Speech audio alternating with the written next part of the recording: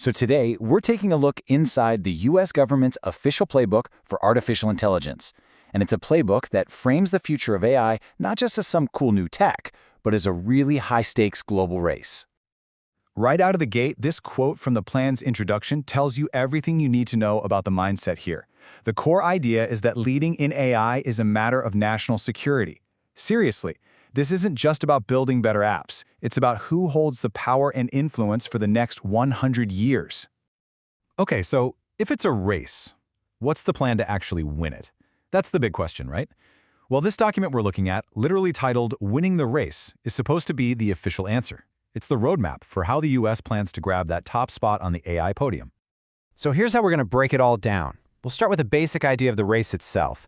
Then we'll dive into the plan's three main pillars: innovation, infrastructure, and international leadership. And finally, we'll look at the ultimate vision behind the whole thing. The belief that's driving this entire strategy is this: the nation that leads in AI doesn't just get massive economic and military perks. No, they get to set the rules for how this technology is used everywhere. The plan basically sees this as a winner-take-all game. So how does the plan say we're going to win? Well, the first pillar is all about one thing: speed. The whole strategy is for the federal government to basically create the perfect conditions for America's private sector to innovate faster and better than anyone else in the world. To get that speed, the plan lays out three key moves. First, and this is a huge theme you'll see again and again, is to get rid of what it calls bureaucratic red tape. The idea is to cut any regulations that could slow down AI development, letting companies just move fast and build things. Now, here's something you might find interesting. The plan puts a major strategic focus on open-source AI. The argument is that by supporting these open models, the US can create this whole vibrant ecosystem of startups and researchers who aren't totally dependent on a few giant tech companies. It's actually positioned as a competitive advantage. But, innovation isn't just about code. It's about people. The third part of this pillar is all about making sure the AI revolution is worker first. The focus here is on boosting AI literacy, funding skills development, and creating retraining programs to make sure the American workforce can actually thrive with these new tools. All that innovation needs a ton of power. And that brings us to Pillar 2, building out the massive physical infrastructure. We're talking chips, data centers, the energy grid needed to fuel a world-leading AI ecosystem. I mean, this quote, pulled straight from the plan, just captures the vibe perfectly. It's all about urgency and scale.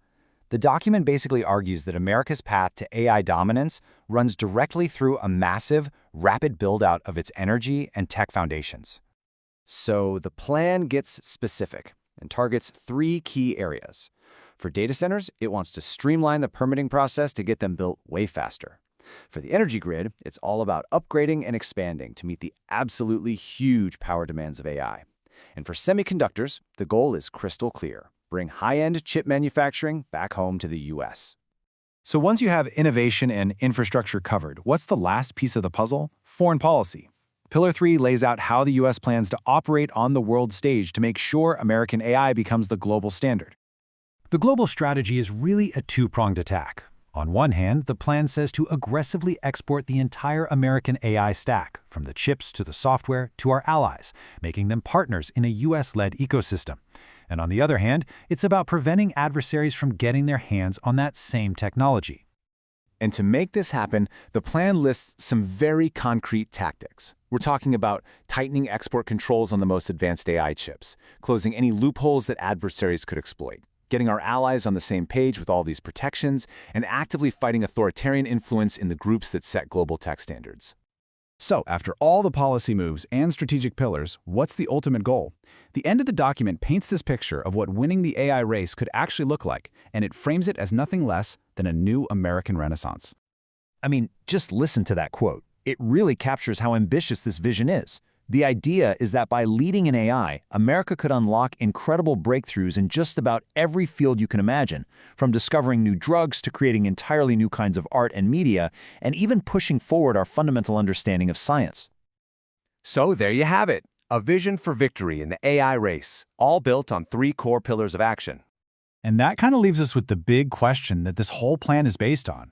If one nation really does achieve what the document calls unquestioned and unchallenged global technological dominance in AI, what does that future actually look like for everyone else?